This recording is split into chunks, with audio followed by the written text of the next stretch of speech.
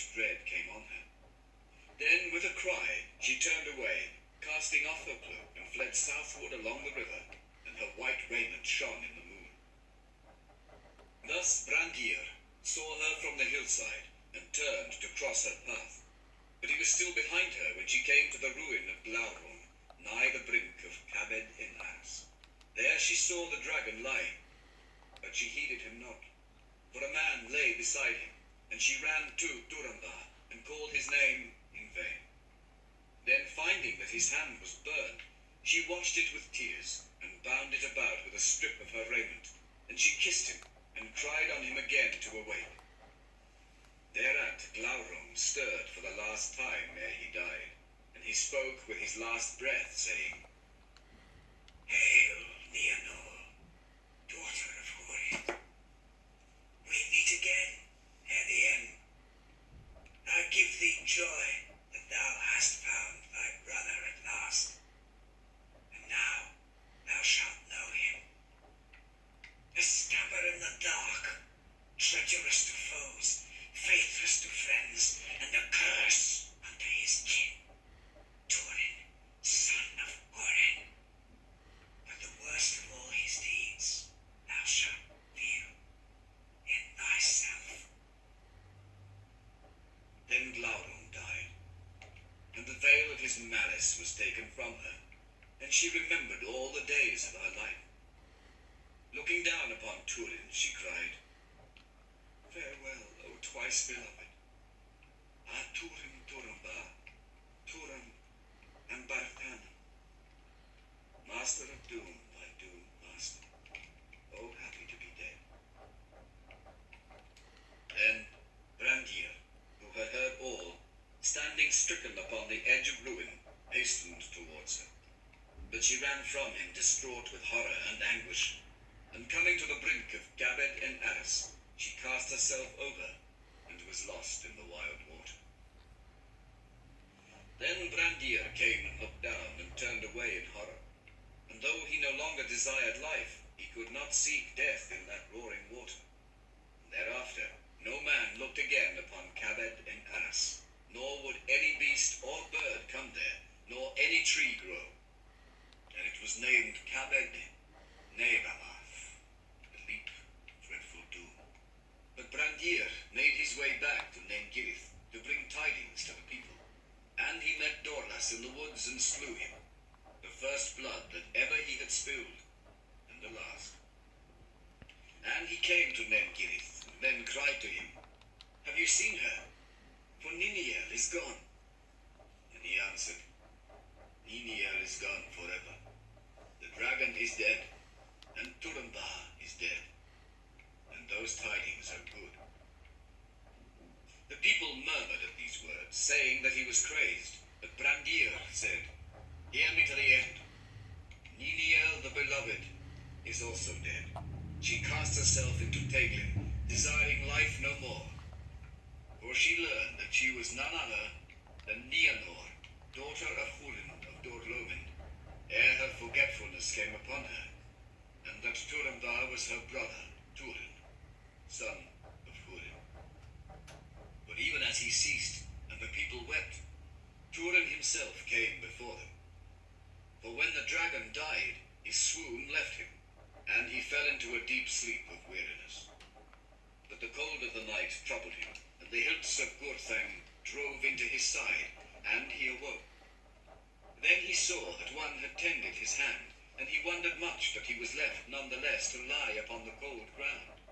And he called, and hearing no answer, he went in search of aid, for he was weary and sick.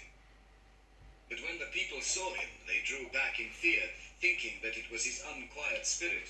And he said, Nay, be glad, for the dragon is dead, and I live. But wherefore have you scorned my counsel and come into peril? And where is Niniel? For her I would see, and surely you did not bring her from her home. Then Brandir told him that it was so, and Niniel was dead. But the wife of Dorlas cried out, Nay, Lord, he is crazed, for he came here saying that you were dead, and he called it good tidings, but you live. Then Turumba was wrathful, and said or did was done in malice towards himself and Nina, begrudging their love. And he spoke evilly to Brandir, calling him Clubfoot. Then Brandir reported all that he had heard, and named Niniel Nianor, daughter of Hurin. And he cried out upon Turambar with the last words of Glaurung, that he was a curse unto his kin, and to all that harboured him. Then Turambar fell into a fury, for in those words he heard the feet of his doom overtaking him. And he charged Brandir with leading Niniel to her death, and publishing with delight the lies of Glaurung, if indeed he devised them not himself. Then he cursed Brandir, and slew him. And he fled from the people into the woods. But after a while his madness left him, and he came to Howth and Eleth, and there he sat and pondered all his deeds. And he cried upon Findwilas to bring him counsel, for he knew not whether he would do now more ill to go to Doriath to seek his kin, or to forsake them forever, and seek death in battle.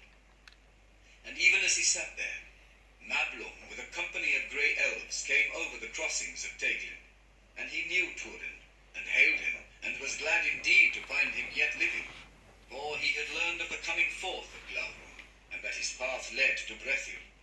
And also he had heard report that the black sword of Nargothrond now dwelt there. Therefore he came to give warning to Turin, and help if need be. But Turin said, "You come too late. The dragon is dead." Then they marvelled and gave him great praise. But he cared nothing for it, and said, "This only I ask. Give me news of my kin, for in Dorlomin I learned that they had gone to the hidden kingdom." Then Mablung was dismayed, but needs must tell to Turin how Morwen was lost, and Nianor cast into a spell of dumb forgetfulness, and how she escaped them upon the borders of Doriath, and fled northwards. Then at last Turin knew that doom had overtaken him, and that he had slain Brandir unjustly, so that the words of Glaurung were fulfilled in him, and he laughed as one fey, crying, "This is a better jest indeed." But he bade Mablung go, and return to Doriath with curses upon it. "And a curse too upon your errand," he cried. "This only was wanting. Now comes the night." Then he fled from them like the wind, and they were amazed, wondering what madness had seized him. And they followed after him. But Turin far outran them. And he came to Cabed en Aras, and heard the roaring of the water, and saw that all the leaves fell sere from the trees, as though winter had come. There he drew forth his sword, that now alone remained to him of all his possessions, and he said, "Hail, Gurthang! No lord or loyalty dost thou know, save the hand that wieldeth thee. From no blood wilt thou shrink. Wilt thou therefore take Turin Turambar? Wilt thou slay me swiftly?" And from the blade rang a cold voice in answer, "Yea, I will drink thy blood gladly, that so I may forget the blood of Beleg my master, and the blood of Brandir slain unjustly. I will slay thee swiftly." Then Turin set the hilts upon the ground, and cast himself upon the point of Gurthang, and the black blade took his life. But Mablung and the elves came, and looked on the shape of Glaurung lying dead, and upon the body of Turin, and they grieved. And when men of Brethil came thither, and they learned the reasons of Turin's madness and death, they were aghast. And Mablung said bitterly, "I also have been meshed in the doom of the children of Hurin, and thus, with my tidings, have slain one that I love." Then they lifted up Turin, and found that Gurthang had broken asunder. But elves and men gathered there great store of wood, and they made a mighty burning, and the dragon was consumed to ashes. Turin they laid in a high mound where he had fallen, and the shards of Gurthang were laid beside him. And when all was done, the elves sang a lament for the children of Hurin, and And a great grey stone was set upon the mound, and thereon was carved in runes of Doriath, Hurin, Turanba, Dagnir, Laurumba. And beneath they wrote also, Nianor, Inian. But she was not there, nor was it ever known whither the cold waters of Teglin had taken her.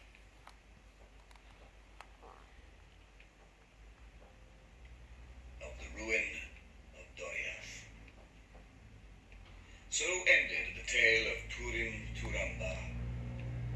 But Morgoth did not sleep nor rest from evil, and his dealings with the house of Hador were not yet ended.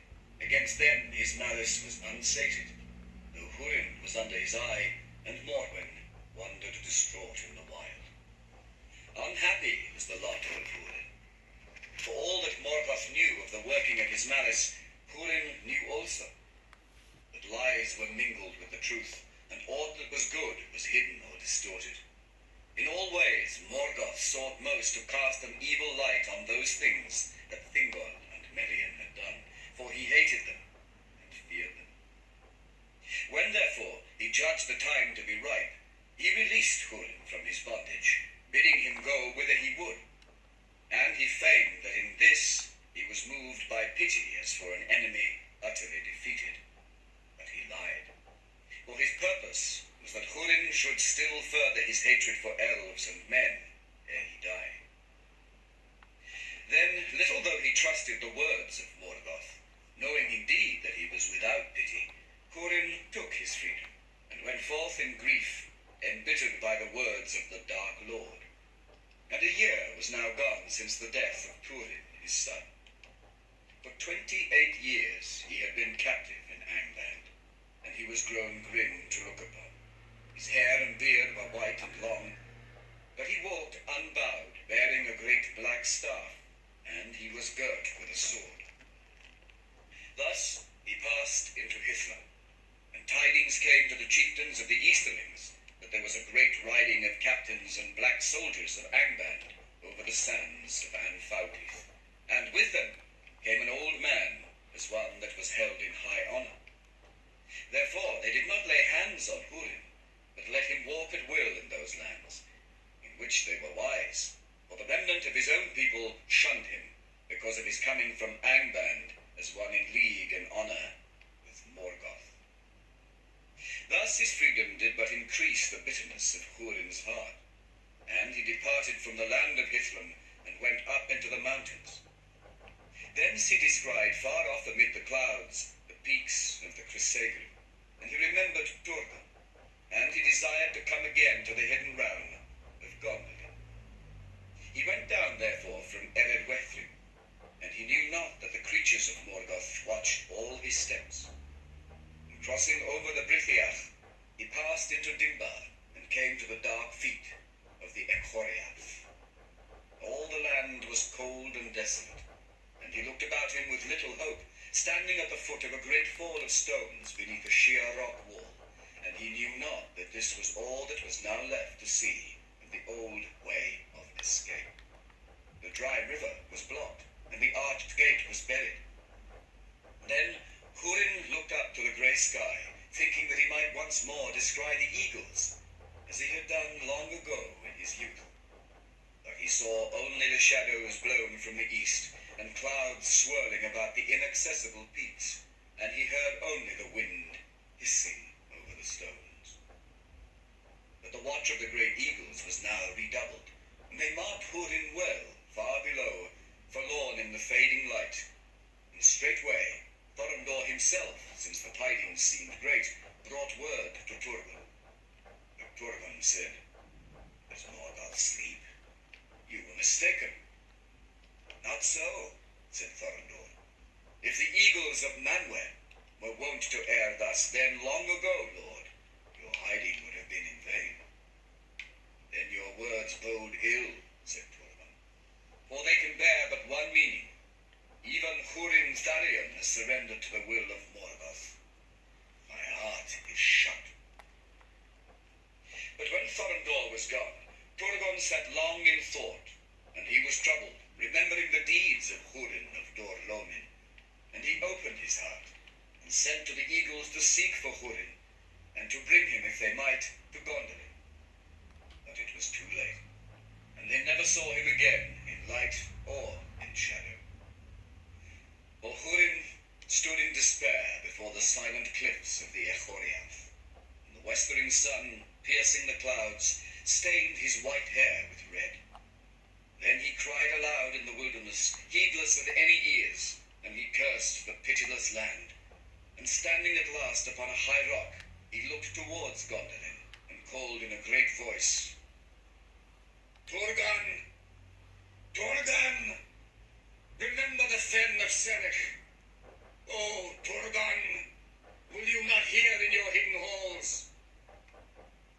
And there was no sound, save the wind in the dry grasses. Even so they hissed in Serech at the sunset, he said.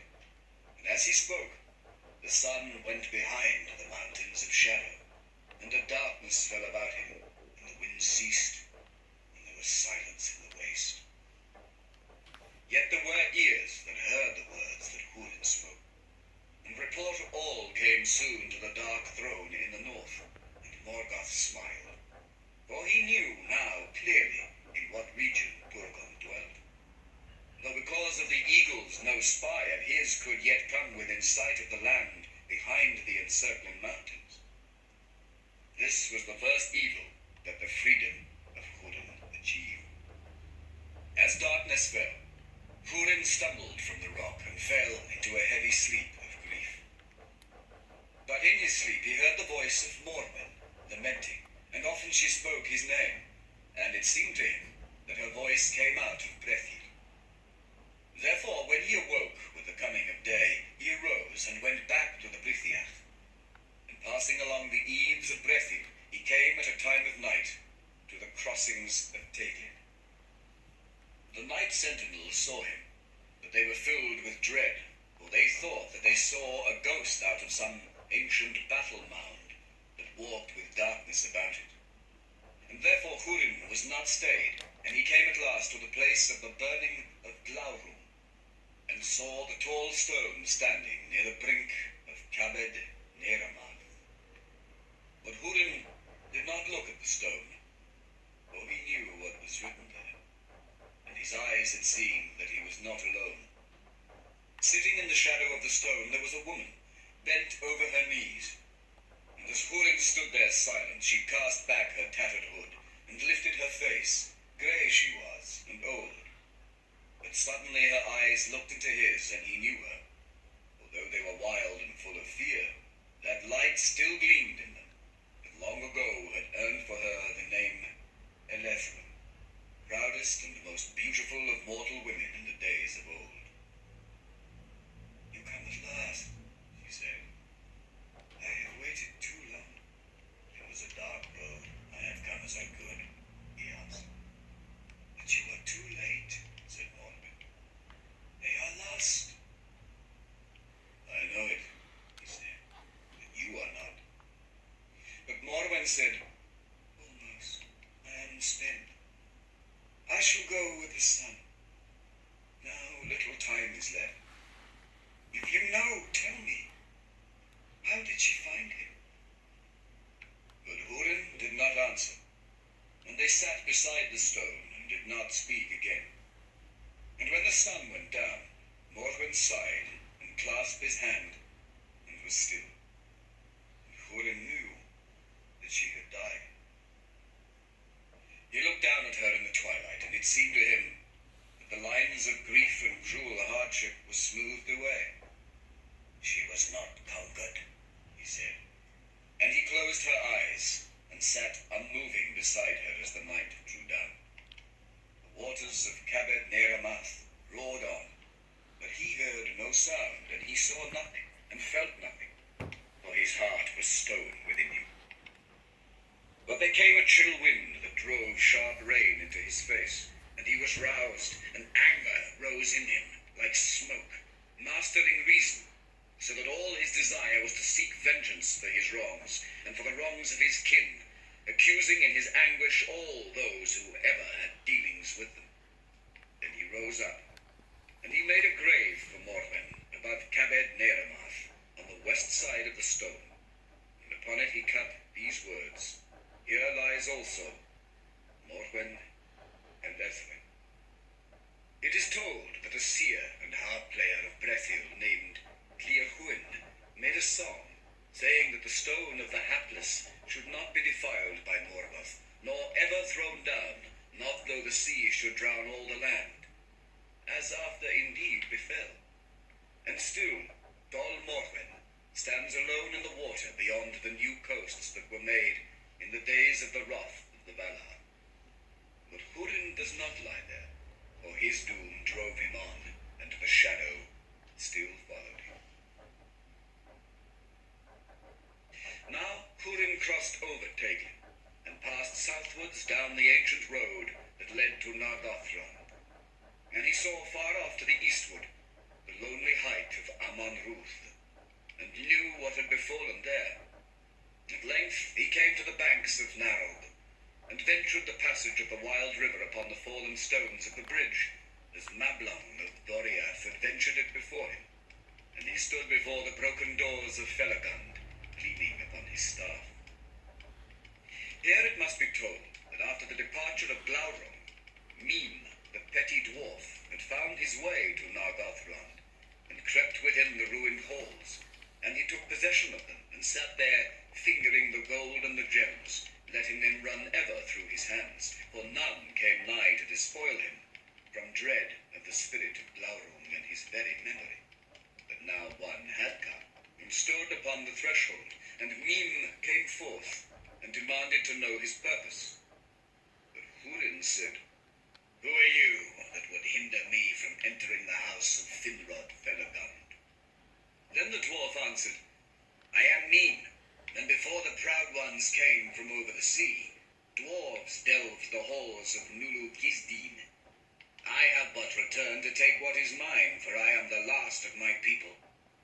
Then you shall enjoy your inheritance no longer, said Hurin. For I am Hurin, son of Galdor, returned from Angband, and my son was Turin Turambar, whom you have not forgotten. And he it was that slew Glaurung the dragon, who wasted these halls where now you sit.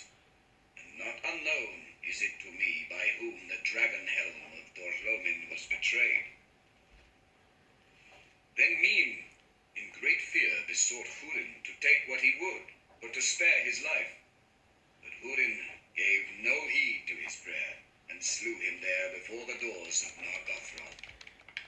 Then he entered in, and stayed a while in that dreadful place, where the treasures of Valinor lay strewn upon the floors in darkness and decay. But it is told that when Hurin came forth from the wreck of Nargothrond, and stood again beneath the sky, he bore with him out of all that great hoard but one thing only. Now Hurin journeyed eastward, and he came to the meres of twilight above the falls of Sirion. There he was taken by the elves that guarded the western marches of Doriath, and brought before King Thingol in the Thousand Cave. Then Thingol was filled with wonder and grief when he looked on him, and knew that grim and aged man for Hurin Thalion, a captive of Morgoth. But he greeted him fairly and showed him honor. Hurin made no answer to the king, but drew forth from beneath his cloak that one thing which he had taken with him out of Nargothrond. And that was no less a treasure than the Nauglamir, the necklace of the dwarves, that was made for Finrod Felagund long years before by the craftsmen of Nogrod and Belegost, most famed of all their works in the elder days, and prized by Finrod while he lived, above all the treasures of Nargothrond. And Hurin cast it at the feet of Thingol with wild and bitter words. Receive thou thy fee, he cried, for thy fair keeping of my children and my wife. For this is the Nauglamir, whose name is known to many among elves and men, and I bring it to thee out of the darkness of Nargothrond, where Finrod thy kinsman left it behind him, when he set forth with Beren, son of Barahir, to fulfill the errand of Thingol of Doriath.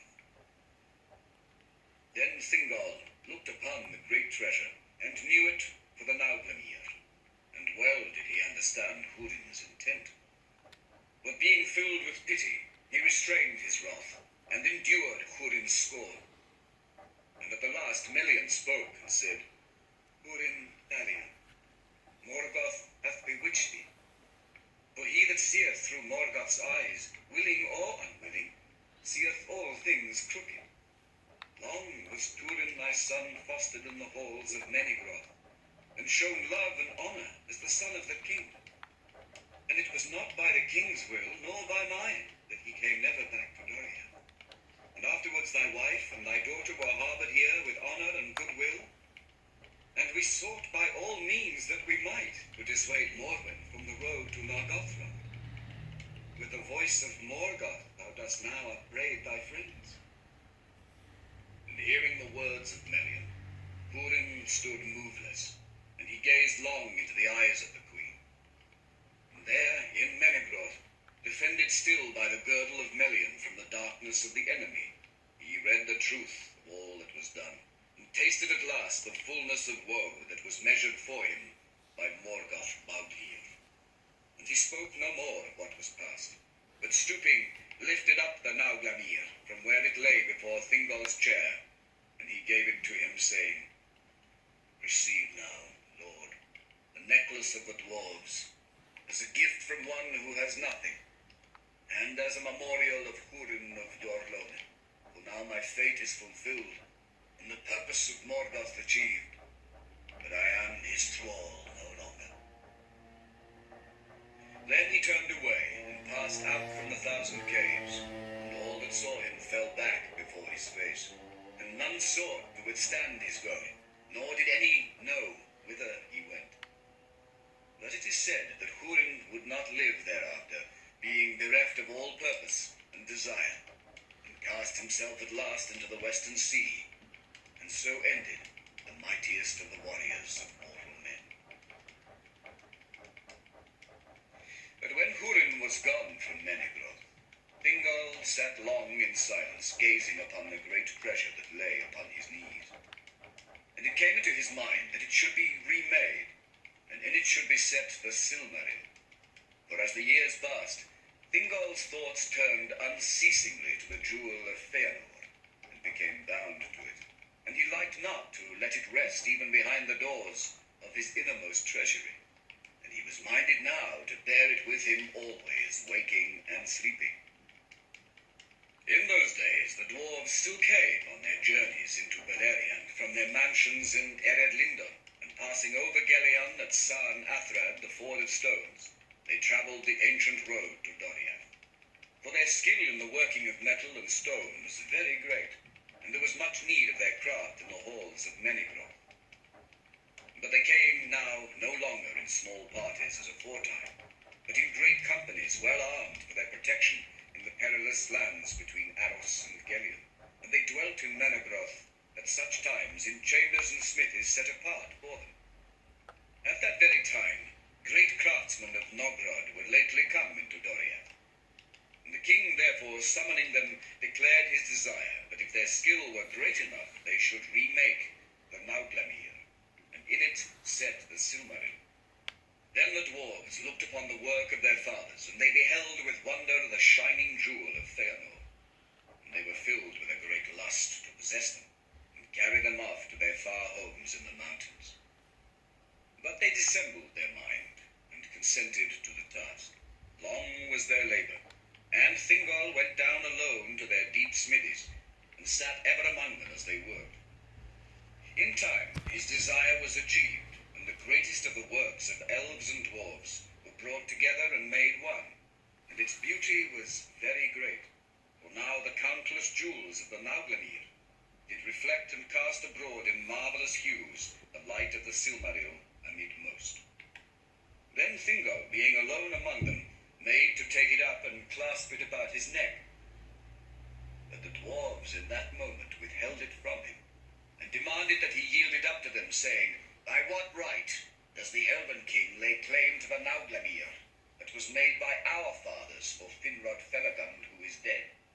It has come to him but by the hand of Hurin, the man of Dorlone, who took it as a thief out of the darkness of Nargothrond. But Thingol perceived their hearts, and saw well that desiring the Silmaril, they sought but a pretext and fair cloak for their true intent. And in his wrath and pride he gave no heed to his peril, but spoke to them in scorn, saying, How do ye, an uncouth race, dare to demand aught of me, Elu Thingol, Lord of Beleriand, whose life began by the waters of Quivienan, years uncounted ere the fathers of the stunted people awoke? And standing tall and proud among them, he bade them with shameful words be gone, unrequited, out of Dorian. Then the lust of the dwarves was kindled to rage by the words of the king, and they rose up about him, and laid hands on him, and slew him as he stood. So died, in the deep places of Menegroth, Elwe Singolo, king of Doriath, who alone of all the children of Iluvatar was joined with one of the Ainur. And he who, alone of the forsaken elves, had seen the light of the trees of Valinor, with his last sight, gazed upon the Silmaril.